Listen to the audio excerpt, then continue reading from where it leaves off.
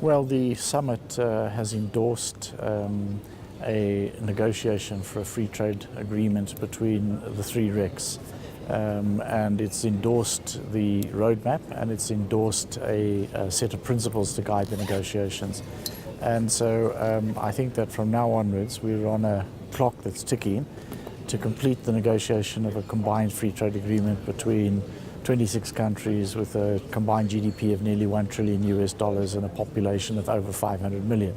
So it'll be the creation of a substantial regional market in the African continent.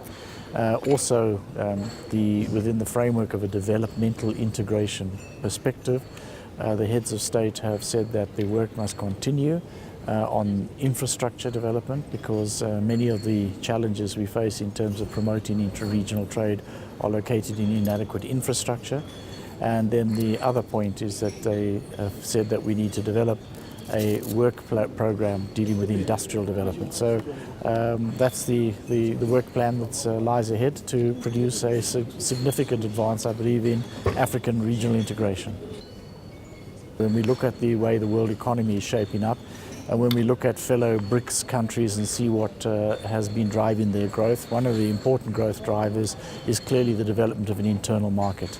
And that we believe that this work stream now is giving us the opportunity to create a sizable internal market, because as individual countries we clearly don't have the wherewithal to move that forward in the kind of ways requisite to the challenges of development that we all face.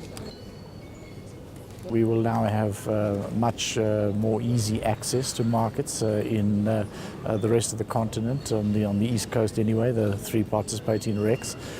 And we do trade with much of the rest of the continent, but there's also other competitors who are involved there. This will make sure that tariff issues, infrastructure issues, and to some extent developmental issues will be less of a barrier to promoting inter-regional trade than they have been up to now.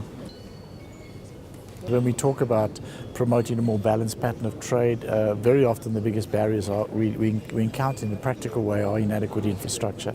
The infrastructure we have, transport and communications infrastructure, very often goes from a mine to the coast to take primary products out of the continent. What we don't have is anything like adequate infrastructure to support our own intra-regional trade. So the North-South Corridor is one of the key initiatives on the continent to try to address that particular barrier.